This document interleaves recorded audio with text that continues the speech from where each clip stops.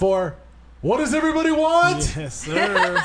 Yes. Al Snow, ladies and gentlemen. How are you, sir? Woo! I'm great, especially after an introduction like that.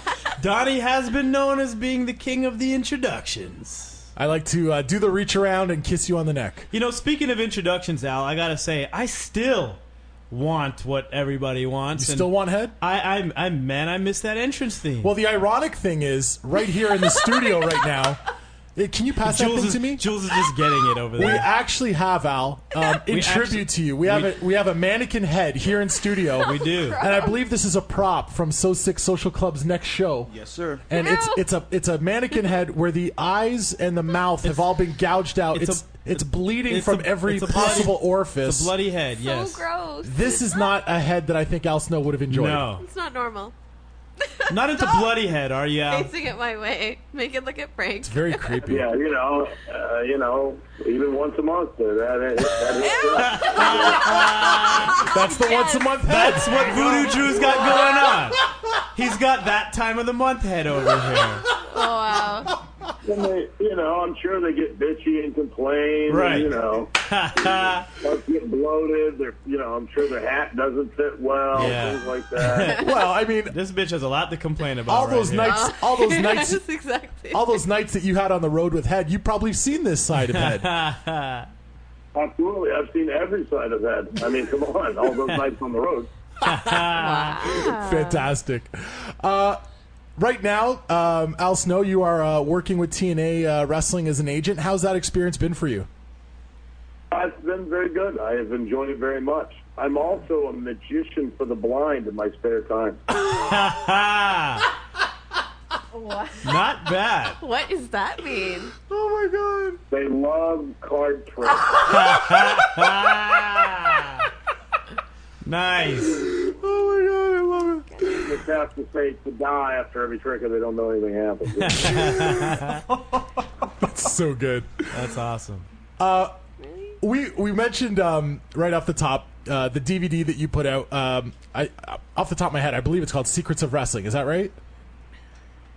I'm not sure. I don't know what they title them. They Okay. usually It's usually just an hour with Al Snow. I don't know. yeah. Well, that DVD where you talk so much about psychology and all of that, it is just absolutely brilliant. And for myself, as a guy who's been booking indie shows for a few years, I use that all the time as a guide on how to sequence shows and my thought process behind things. And it's just another one of the resources that I look on, and it's so bloody valuable.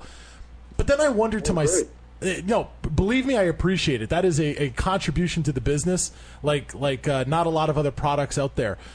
That all being said, though, you have a very old school mentality when it comes to wrestling and it comes to psychology, and I'm wondering if that's ever in conflict. You don't think? No. You don't think? Not at all. Really? Not at all. Why do you say that? No. I'll tell you why. Because there's only one thing at stake in professional wrestling. Okay. It's the same thing at stake in 1911. It's the same thing at stake in 2011. Okay. It hasn't changed. So, since the one thing at stake is the exact same thing that was stake then as it is now, explain to me how you've reinvented the wheel and it's now something brand new and there's a new school as opposed to an old school. Okay. I think. What's the one thing at stake in wrestling? What's the one Only thing? one thing. Yeah, there's only one thing. The one thing that's fake. Yep, that's it. There's only one thing. Okay. And what would that one thing be? Finish. Just the finish, just the outcome. Just the If finish. The outcome is not to be determined, that it actually means something, and it's a true competitive situation. Mm-hmm. That's the only thing at stake. Everything else is real to some degree or another. Everything really hurts. Right. Really get hurt. Right. The ring, everybody thinks is fake. They think that's a trampoline or a mattress, but Right. actually, quite real. Mm-hmm. The only thing at stake in wrestling is the finish, the outcome, but it's not predetermined. Guess what was the only thing at stake in 1911? The finish. Finish, the outcome. Right. What's at stake in 2011? Finish, the outcome. So when the bell rang in 1911, they were only trying to convince everybody that the outcome or the finish was real. Right. 2011, if you do things correctly, the only thing you're trying to convince the audience that's real is the outcome or the finish is real. Because without the outcome of finish being real, then anything you do physically in the ring doesn't have a consequence to it. So therefore, tell me how you are a new school and I'm an old school. Well, listen. Yeah, Don. Shut up, Frank. Listen, I completely hear what you're saying. What I'm thinking, though, is in terms of the storytelling of the art. The story still revolves around the fact that everyone in the wrestling business is a prize fighter, much like a boxer and MMA fighter. And everything revolves around the fact that you want to win and you don't want to lose. When you do things in the back, all you're doing is adding more gravity to the win or the loss, to make the win or loss mean more and make it even more relatable to an audience that relate to what happens physically in the ring. So that's, I guess, where the suspension of disbelief, I think, gets lost with people that have trouble watching today's product, where you see in-ring talent who sometimes forget that the win is the thing. Yeah. Right. Yes, because they focus more on the physicality and the action of it all. Right. They try to convince people that that's real when that is something that nobody has ever done and therefore can never relate to. All they can relate to are the consequences of the action, not the very action itself. Wow. It's very simple, actually. Football, baseball, basketball all have huge audiences for one reason and one reason alone. What is that? The outcome means something. Nope, because everybody played them as a kid, so you can physically relate to what's happening when you watch it on the field or on the court. Hockey is therefore bigger in Canada than it is in the United States because more people play it in Canada than do in the United States. It's like soccer is a bigger sport all over the rest of the world than it is in the United States because more people play soccer all over the rest of the world. That's why wrestling, before you ever got set to put in the ring, you don't know what a backdrop feels like because you never took it. But you know that backdrop might lead to a possible win or a loss if it's done correctly. Unfortunately, these days, everybody focuses on just the backdrop and how cool it looks, as opposed to when and why they did it to create that drama and emotional connection. Therefore, they're not giving the audience what they paid to see. So does that lend... So let me ask you that. Does that lend to the type of thinking that the top guys, especially when you look in the WWE historically, maybe not so modern, but over the course of their history, the top guys who usually get pushed to the top of the card, who are usually the championship level guys, with some exceptions, obviously, are the guys who are keeping what they do really simple so that the audience can relate. I know what a punch to the face feels like. I know, or I can imagine what a punch to the face feels like. I don't know what a 450 splash feels like. Right. I don't know what a, I don't know what a split-legged moonsault's going to feel like, but a kick to the stomach, I know what that's all about. And why they would do it. If you look at some of the more and most successful people in the history of not just WWE, but in the history of the wrestling business. Right. Hogan, The Rock, Steve Austin. How many moves did any one of those guys ever utilize? Right. Rock Keep it simple. only had maybe 4 or 5 moves. Or 6 moves tops. Austin, same thing. Hogan, same thing. They, and they relied on telling that story of win and loss, because that's why people care. They want to see the good guy win, and they want to believe that win really means something. The only thing that's changed in the course of the wrestling business is the level of sophistication of the audience, which just simply means that you now have to work harder and smarter to help that audience suspend their disbelief and be entertained while they're watching. So I guess that for me is where some of the disconnect comes in, because I do feel often when I watch Ring of Honor, not as much lately because they've sort of changed their booking direction, but over the course of their history, as well as TNA right up until today, where it feels sometimes like the win is not the thing because they are so focused on the combo spots or, the multiple finishes that, don't really lead to anything. The false finishes that, don't turn into real pin attempts or don't turn into legitimate covers or whatever it is, So therefore, they're not really false because nobody really believes that that's the finish. Right. In Okay. order for it to be a false freak, people have to actually believe that, oh my God, that could have been the That could have been it. Right. Yeah. So, I mean, is there a way to change the? It seems like it's almost a culture in that company. Is that something that's systemic that has to happen from top down?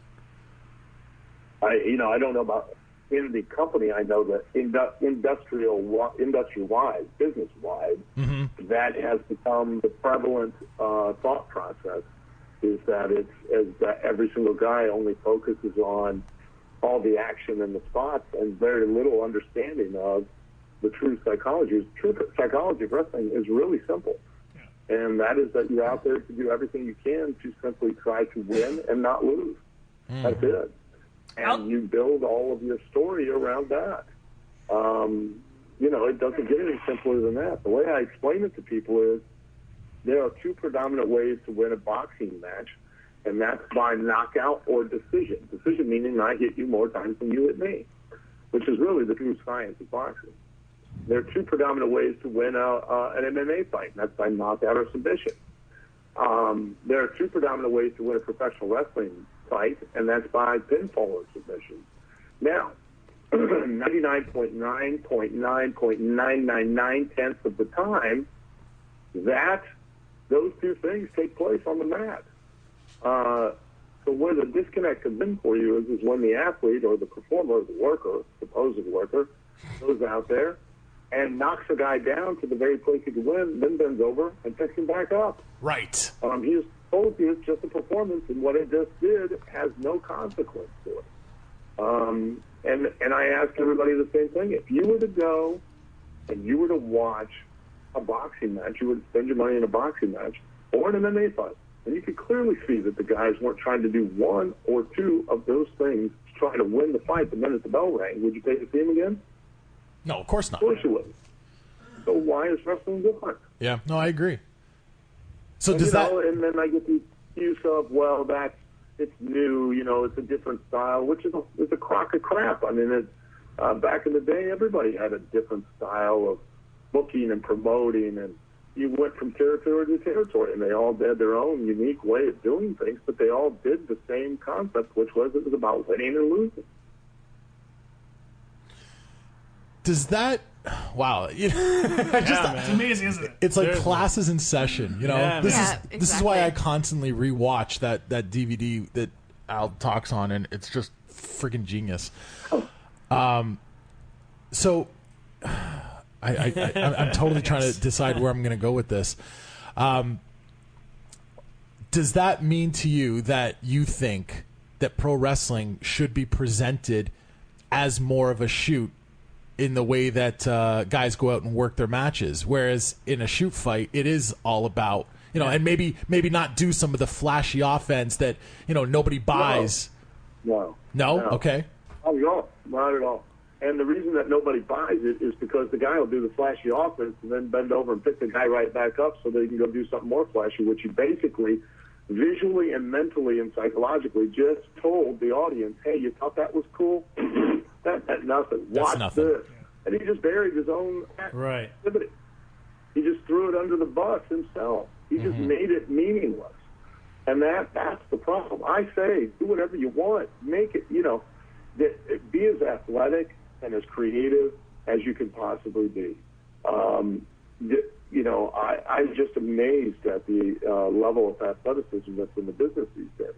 But unfortunately, it's more on its ass than it's ever been, and that's the reason why it is. People can make whatever excuse they want, but if you've just done the most amazing move in the world, you better have done it at the right time for the right reason to get those people to believe that either you're going to use it to win or that guy's going to now have to do everything he can to keep from losing. If you don't, it's just meaningless. It was a waste of you taking a risk on possibly injuring yourself or the other guy. Right. So why bother doing it?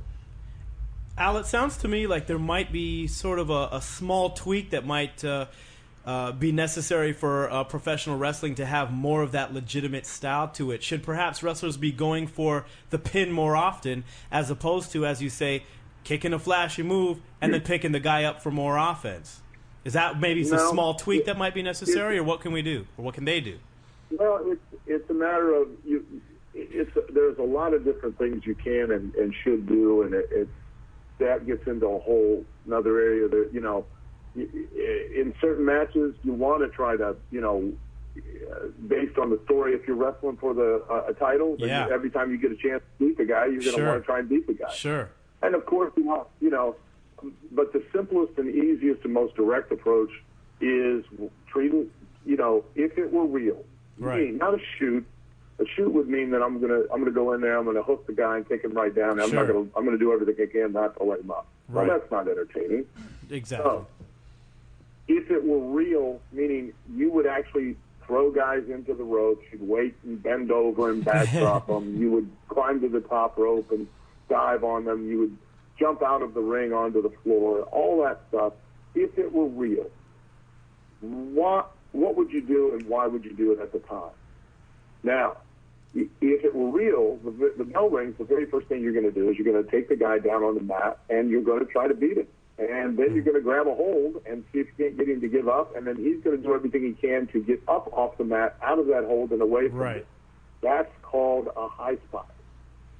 And then he would then try to take you down, hold you down, and keep a hold on you, and you would then reverse that, and that's called another high spot. And you would just evolve those high spots where you would both, if you had one particular move, a DDT for one of you and a figure four for the other, one of you would be going for the legs, the other would be going for the head, and each time that you would grab a hold, you'd grab a hold on the head, and the other guy would grab a hold on the leg or try to grasp at the leg, and that would be called another high spot that would evolve and start telling a story that people could then simply follow.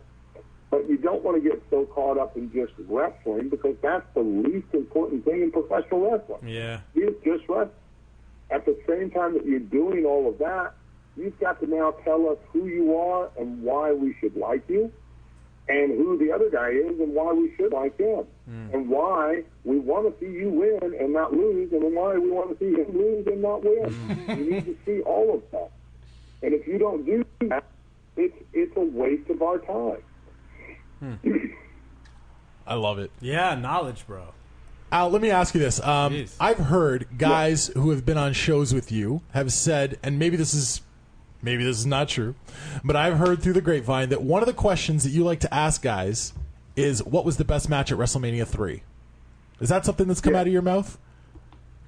I'm sorry? Is that something that you've quizzed people with before? What was the best match at WrestleMania 3? Yeah, all the time. Yeah. And I've heard that whenever someone says Steamboat Savage, you call them a mark. Is that right? I'm a mark because we're all marks. Right. Okay. Fair enough. Fair enough. Because I would have fell for that one. The true term mark, everybody's a mark. There's not a person that's not a mark. Right. The easiest mark to work is the guy that thinks he's not. Yeah. So, Good point.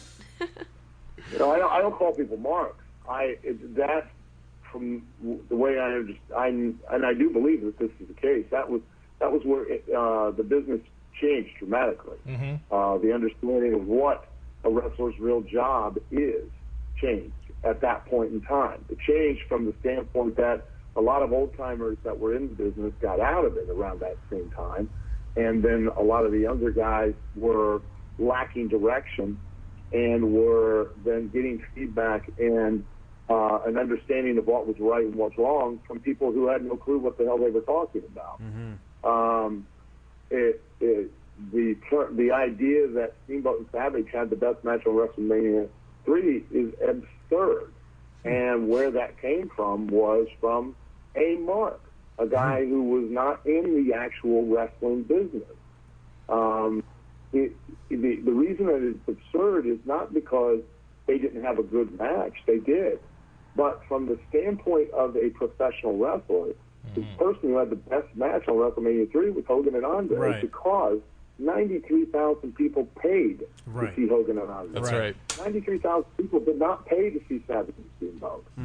The motivation for teams of having that kind of an attendance was because of Hogan and Andre.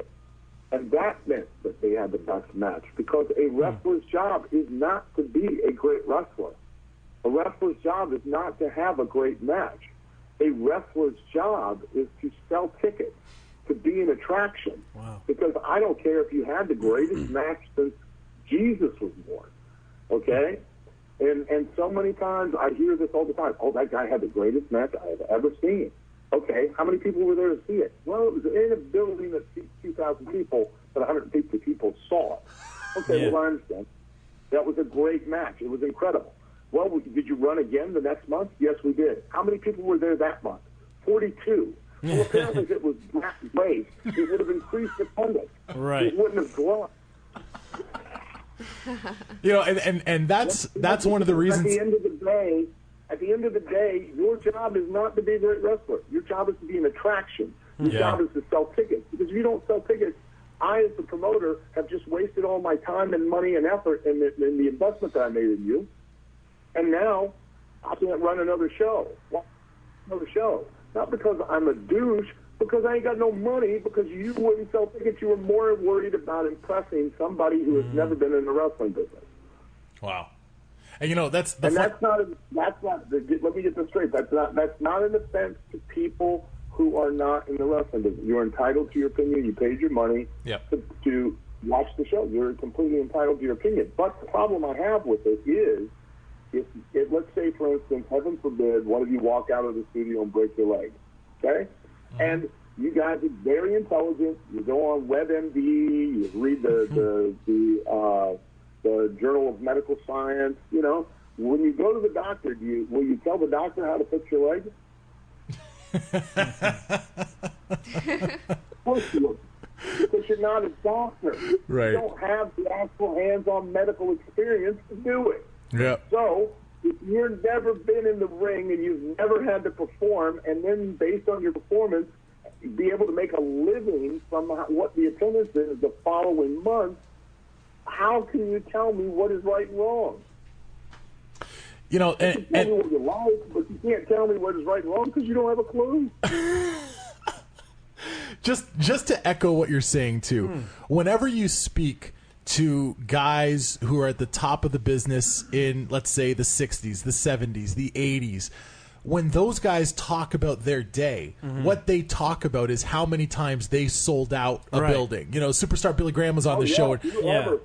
You ever listen to any documentary and you ever listen to any of those guys that you just mentioned? Yeah. From the 60s, 70s, 80s. You know, you never hear them go, "Oh, it was a great match." You hear them always talk about the attendance. Right. Superstar Billy Graham said on this show, right? I sold out Madison Square Garden 22 out of 23 times or whatever it was. Yeah. You know, That's all they care about. Yeah.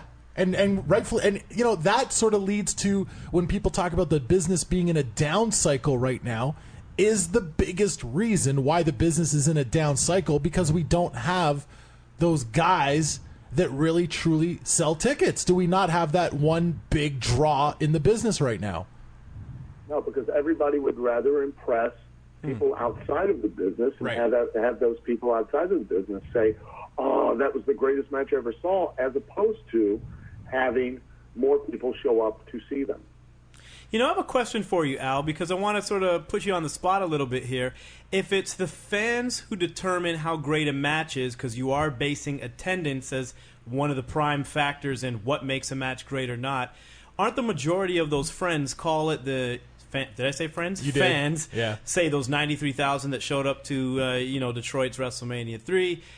Aren't most of those people who have never been in the ring, and representative of those people that you mentioned can't judge wrestling for good or bad because they've never done it? Isn't that sort of almost a contradiction of sorts there, Al? Absolutely not. No. But the fans are the ones who determine it. They determine it. Yeah. They don't determine it. I determine it based on the number of fans that showed up to see it. Right. That's how I determine how good the match was. But if those fans say, or everybody else determined it based on what that fan's opinion was that was written somewhere. Okay, I see you. That's the difference. I see you. I don't care what the fan's opinion is. I care less. All I care about is if they show up.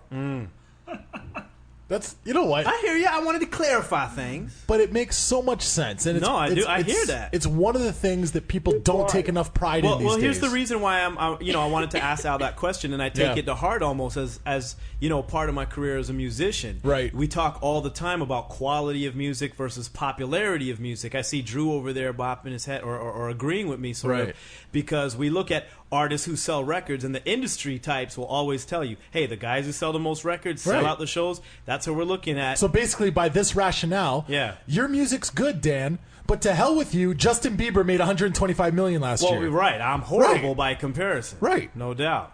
That's it. And Done. you know what? As an artist, it's not something I can necessarily deny either. I look at that and I take Al Snow's words and apply it to my own career and go, he has to have a point because something has to change the mind of the promoters and Right. the people who are booking me to do these shows or not do these shows. Yeah. And it's definitely a hard thing as an artist. And I want to turn this into a question for Al.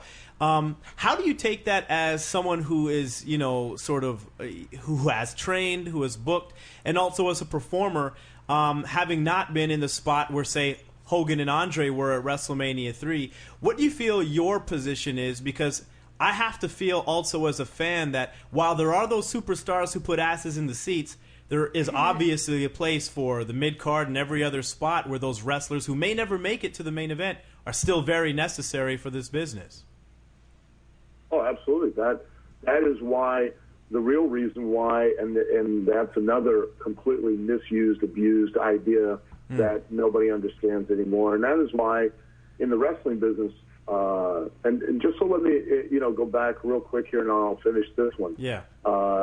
As far as your music business is concerned, as far as acting is concerned, your job is to be a great musician, but your job is to be a great musician to sell tickets. Sure. Okay. Yeah. And the same as far as in Hollywood. Your job as an actor is to be a great actor, but it's to be a great actor to sell tickets. Yeah. Because there are people who are investing a ton of money. You don't even have to be a great actor. Right. You could be Arnold Schwarzenegger, who Right. was horrendous. But Right. had an amazing acting career or Right. movie career. Why? Because people paid to see him. You're right. That is it. That's your job.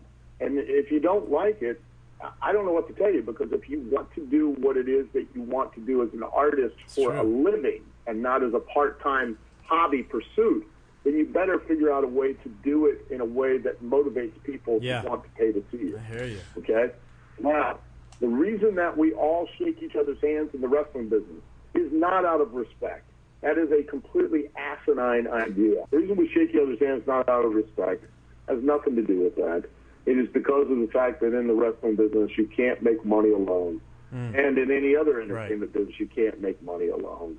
If the bottom line is you cannot be the star without a supporting cast. Sure. You can't be the main event without the opening match. You can't be the opening match without the main event. You're right. In the wrestling business, you can't be a winner without somebody being willing to do the favor and put you over. That's why Vince McMahon will come out of the gorilla position, a billionaire, and will come up to you and will shake your hand and tell you thank you.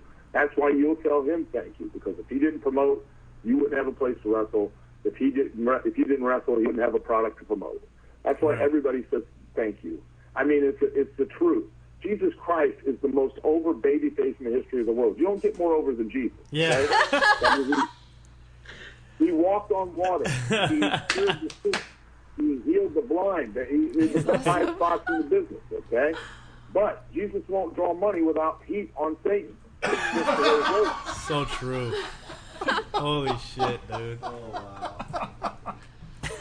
It's the best. You go in any church anywhere in the world, and they will spend the majority of the time putting heat on Satan, because if you don't have heat on Satan, Jesus ain't going to draw.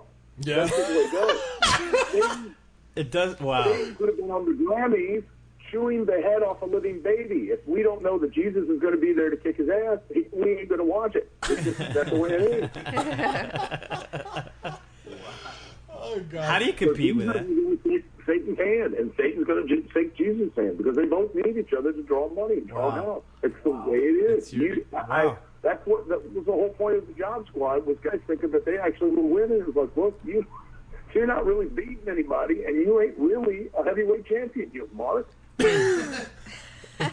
You know, I want to piggyback off what you're saying and sort of steal a little bit from next week's show, because one of the guys, by the way, heads up for all the listeners out there, next week we'll be joined by Paul Bearer, and also we're going to be joined by former WWE.com writer Aubrey Sitterston, who is now a writer for UGO.com. He put out an article this past week called The 50 Most Overrated Wrestlers in History. Wow. Oh, boy. Which has gotten a ton of negative feedback because some of the guys at the top of his list are guys like Mr. Perfect. Wow. And guys like, I don't know, Rick Rude, and guys like, you know, on and on and on. Really? Guys who are well respected within the industry. Yeah. However, walking out of my comfort zone for a second and taking away from Al a little bit, and he's probably going to slap me for misconstruing him. Yeah. Is there some legitimacy, Al, to a list like that? I mean, all these top whatever lists are all ridiculous anyway. You can debate them till the cows come home. But is there some legitimacy, and I'm not using any specific names, but if a guy never made it to the top of the show, where he was never the top draw, where he was never the top money, is there some legitimacy to saying you can't call him a top guy? You can't call Dean Malenko one of the best wrestlers of all time because Dean Malenko never drew money for his company. Forget about what he could do in the ring. Can you make those connections, or do you have to separate yourself at that point? You know, it depends on what you're looking at. You know, obviously, you know, there's a difference between now, and please don't misunderstand. There's a difference between being a wrestler and being a worker. Totally. And you can be a great wrestler and not be a great worker. You can be, you know, but you know, and I'm not saying anybody in particular, because, but let's say that, but was everybody, again, back to the shaking of hands, everybody, you know, at some point in time, whether they're at the top or the middle or the bottom, the reason they're on that show, the reason they're on that card, is that they are either the reason that people are paying to see that show, or there are a factor in the reason that people are paying to see that show. There is 9 times out of 10, there's very rarely, if ever, history of the wrestling business, a person who is just simply on that show, and that's it. Now, granted, there are exceptions to that rule, and they do exist. But most of the time, if you did not serve in some type of purpose that either helped to increase the house the next time out, or accentuate the house, or you were the reason that the house was the way it was the next time out, you weren't on the show. It was that simple. And they could not afford to have somebody who was dead weight. There are a couple of simple rules in the wrestling business. One is you can't ever say the word can't. It just doesn't exist. You've got to find a way. It's not a team sport. People are paying to see it. And if for some reason they don't get to see what they wanted to see, what you built the heat for them to see, then they're going to be disappointed and they're not going to come back again. Or you're going to now have to build it all the way back up again, and you never want to lose all that momentum and all that effort that you just took all that time and to put in. So you never want to go backwards. You always want to go forward. And it only takes one guy to kill the business for that particular town or for that particular territory or for that particular TV show. It takes one guy to go out there, just one, out of everybody that's in the locker room, to go out there and for you to spend all of that time as a group creating an illusion that the people can buy into, whatever and however that way works for them. And then this guy shows up and ruins the whole thing. And now you've got to start all over again. It's like wrestling and doing a live show or doing TV is like having sex. And all it takes is just one slip up, and he ain't going to get the pop that you want. Pop is not a term of to make noise. And that when you hear guys go, "Oh, you're even pop," "Oh my God, they pop," they have no idea what the term pop is. Wow. Yeah. They think that that's where people make noise. That ain't what a pop. Okay, it's to get them to pop their nut, to get them to basically have an orgasm, Right. emotionally come. That's what it is. It's the